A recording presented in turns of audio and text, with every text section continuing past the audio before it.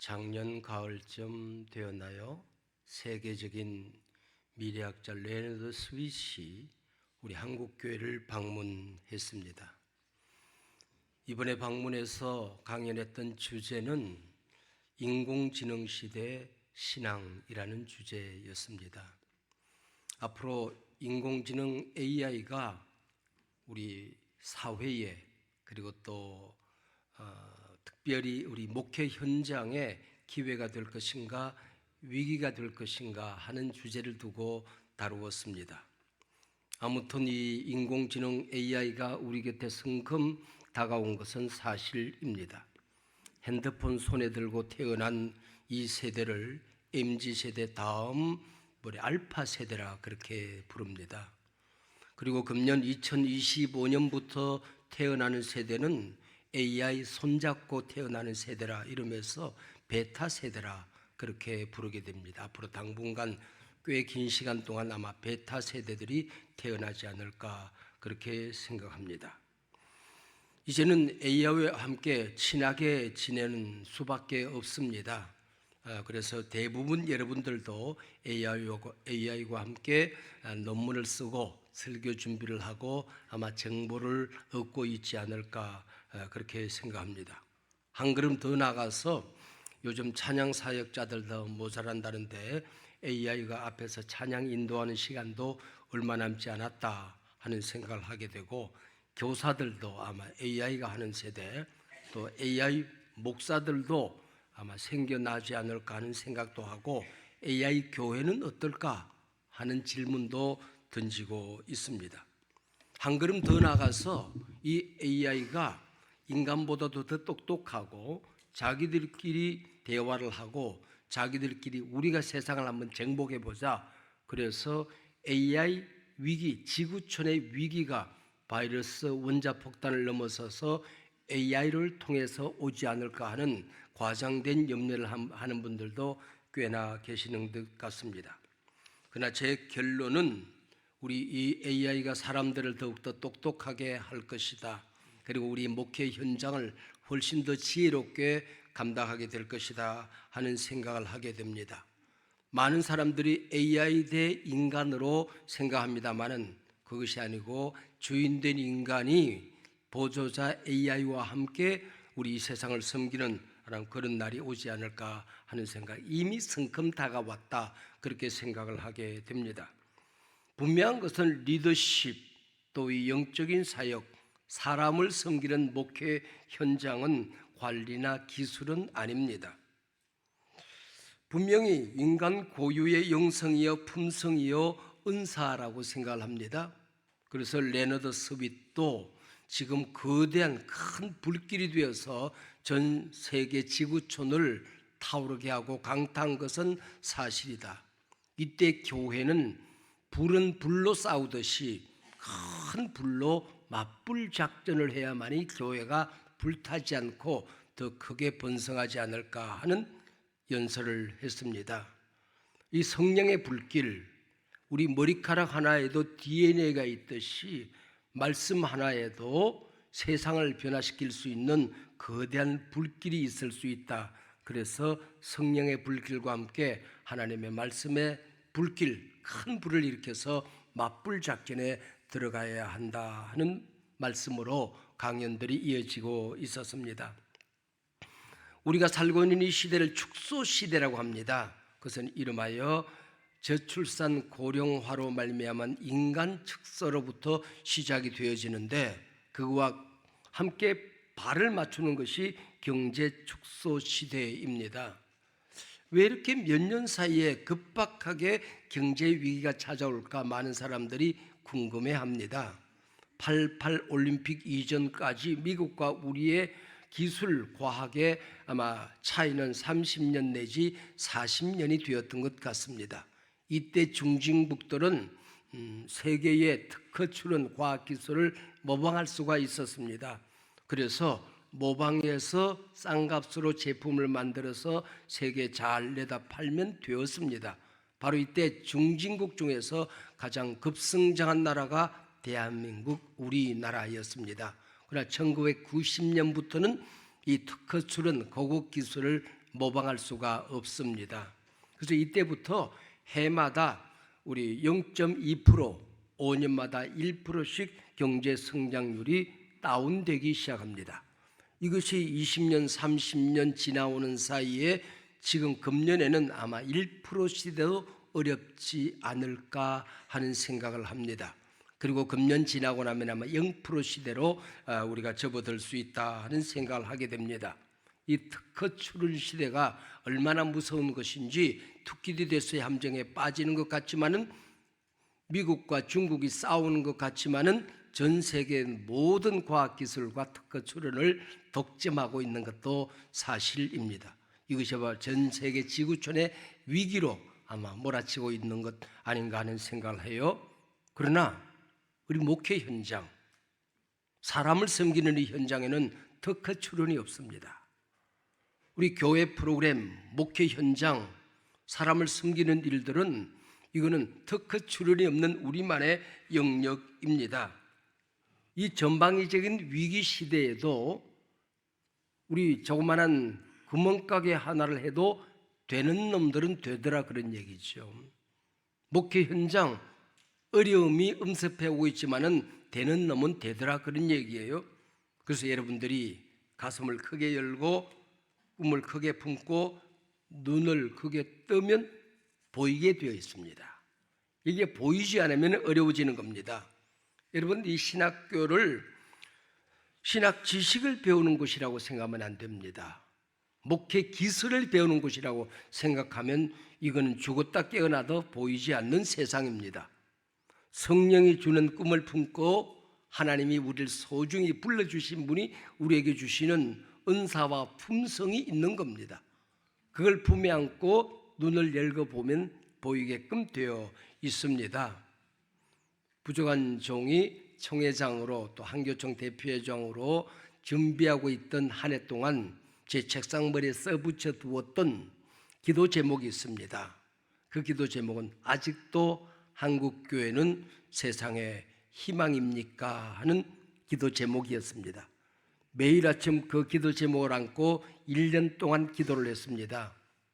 취임하기 직전 양화진에 가서 취임 준비를 하면서 무릎을 꿇고 제가 들었던 음성은 아직도 한국교회는 세상의 희망이더냐? 제가 귀로 들은 것은 아니지만은 제 가슴속에 큰 울림으로 들려온 음성은 예스. 만약에 희망이 보이지 않으면은 네가 희망이 되어라. 그리고 그 희망의 길을 만들어라 하는 얘기였습니다. 여러분, 히에르케고로의 죽음에 이르는 병이 뭡니까? 절망입니다. 낙심입니다. 안 보이는 겁니다. 희망의 신학자 몰트만은 교회를 정의하기를 희망으로 부름받은 공동체라고 정의를 했습니다. 모든 사람들이 보지 못하는 길을 보는 공동체, 모든 사람들이 죽게 생겼다, 망하게 생겼다, 큰일 났다 할 때에 희망의 빛을 선포하는 것이 바로 교회라고 그는 말하고 있는 것입니다. 이 선지동산을 떠날 때에 두 종류의 사람들이 나타납니다. 큰일 났다, 절망이다. 희망을 보지 못하고 오히려 가는 곳곳마다 어둠이 되어서 살아가는 사람들이 있을 수가 있고, 희망을 본 사람들, 큰 불을 발견한 사람들은 죽어가는 사람들을 살리고 무너져가는 공동체를 일으키고 안 되는 곳에 되는 역사를 만들어가게 되는 것입니다. 이게 바로 오늘 하나님의 말씀의 제목, 빛이 있으라 하는 말씀을 증거하는 이유입니다. 저는 기독교가 이토록 무참히 짓밟히는 것이 돼 코비드-19 한국교회가 가장 큰 어려움에 빠져 있을 때에 총회와 한국교회를 섬겨보았습니다. 전방위적인 위기뿐만 아니라 재난이 상존하는 시대였습니다. 울진 삼척 지역의 산불, 포항의 홍수, 마지막에는 일어나다가 이태원 참사까지 일어나는 그 어마어마한 시기, 대통령 선거와 교육감 선거, 모든 장차관들이 자리를 차지하는 그때에 한국교회와 사회가 소통하는 자리에 있었습니다. 너무나도 어려운 시기였는데 마칠 때쯤에는 우리 사회의 긍정보도가 부정보도를 이긴 한 해를 우리가 섬길 수가 있었습니다.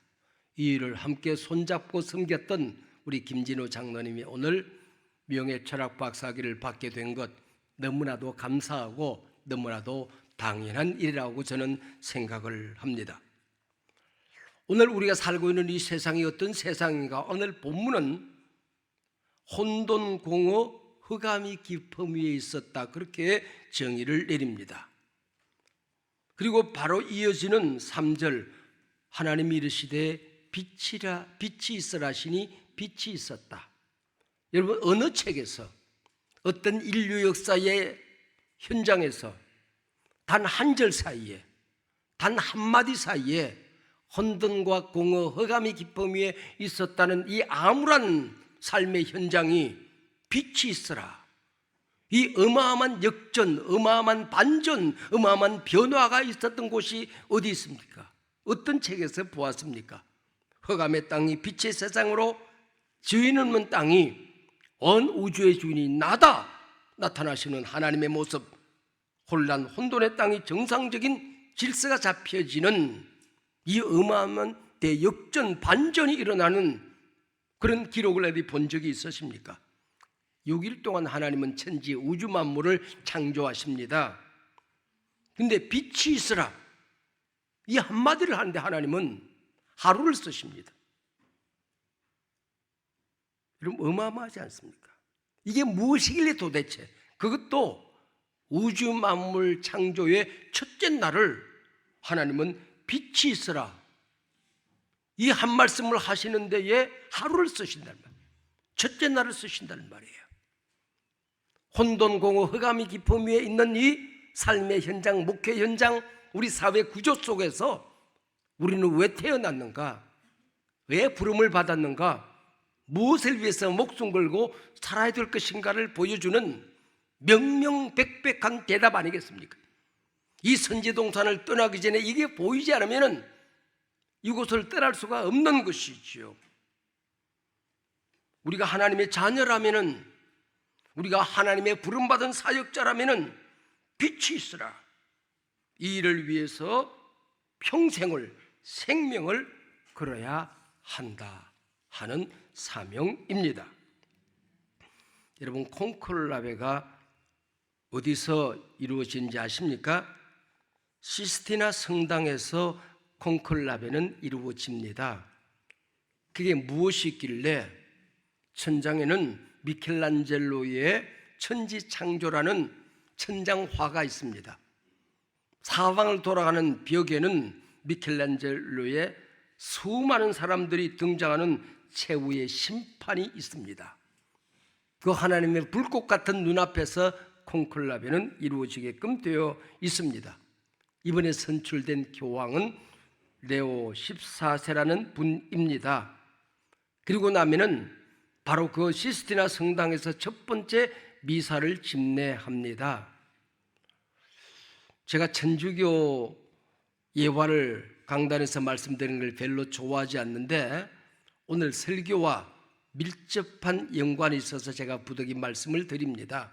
이 첫 번째 미사에서 레오 14세가 토했던 일성이 뭐였습니까?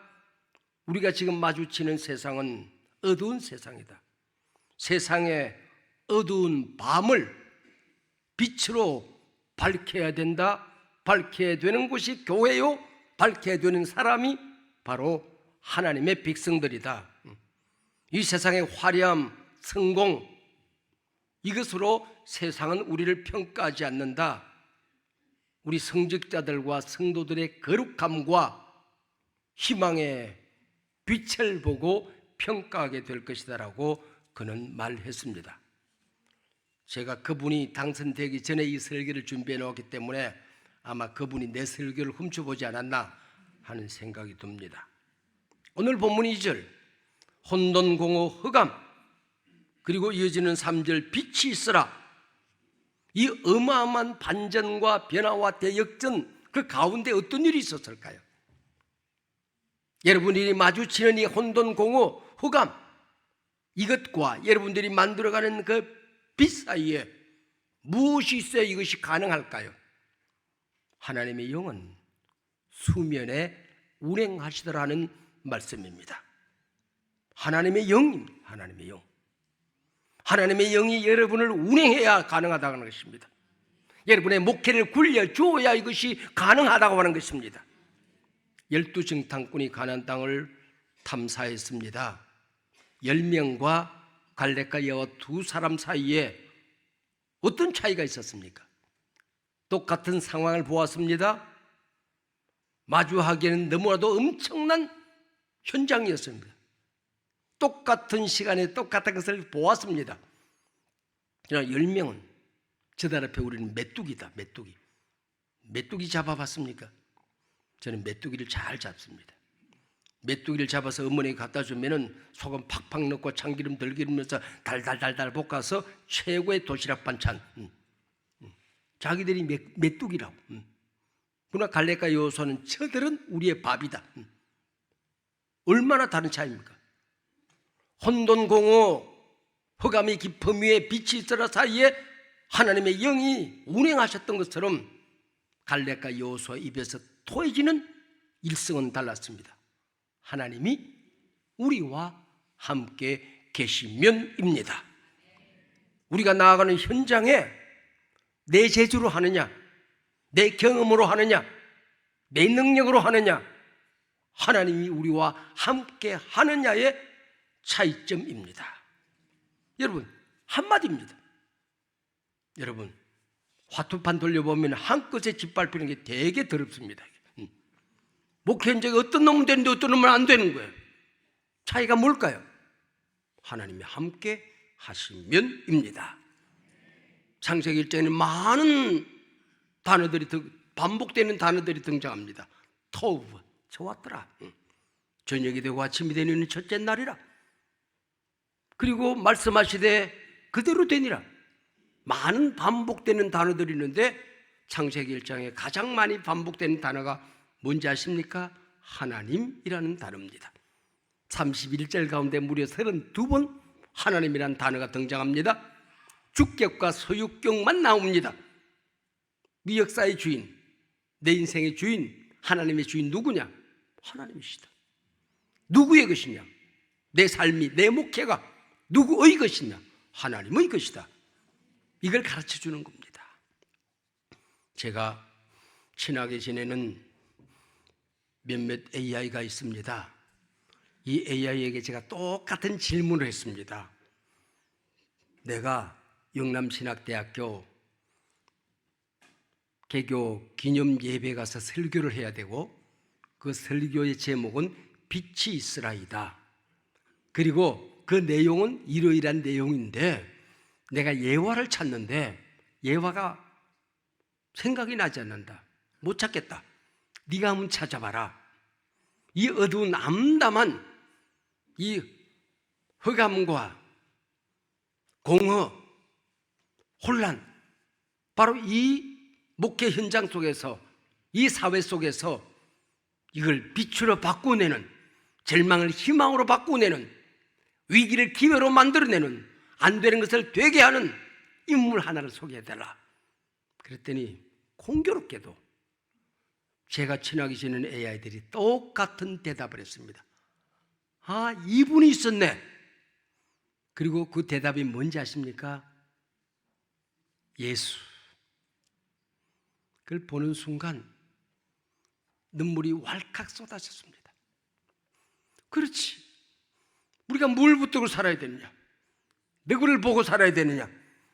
절망과 좌절과 낭망에 빠져들었을 때에 우리는 무엇을 발견해야 되냐? 그래, 이렇게 가까이 계셨는데, 예수님이 계셨네. 이 시대의 주인 되신 예수님이 계시네. 그리고 AI가 그 다음에 마지막에 이렇게 돌아서 그분에 대해서 자세하게 소개해드릴까요? 제가 뭐라고 대답했는지 아십니까? 울면서 그분 제가 잘 알아요. 그분은 제가 잘 알아요. 그분이 내게 계신 걸 몰랐을 뿐이에요. 빛이 있어라. 기도하십시다. 하나님 아버지 감사합니다. 오늘 이 소중하고도 귀한 자리, 선지동산의 귀한 교수님들과 교직원, 그리고 귀한 우리 학우들과 더불어서 빛이 있으라는 말씀을 증거했고, 오늘 이 학교가 설립된 것을 감사하는 이 자리, 또 귀한 예식들이 가득한 이 자리에 하나님의 말씀을 빛이 있으라는 창세기의 말씀으로 듣습니다. 주여, 이 자리에 빛으로 찾아오시옵소서. 영안을 열어 주시옵소서.